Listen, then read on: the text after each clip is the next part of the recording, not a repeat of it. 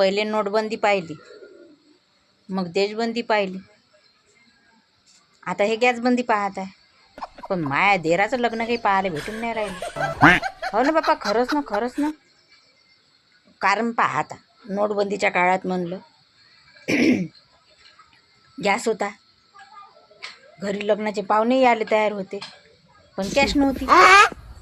मग कोरोना आला, देशबंदी, मग पैसाही होता, गॅसही होती, पण पाहुणे नव्हते ना आले लग्नात. आणि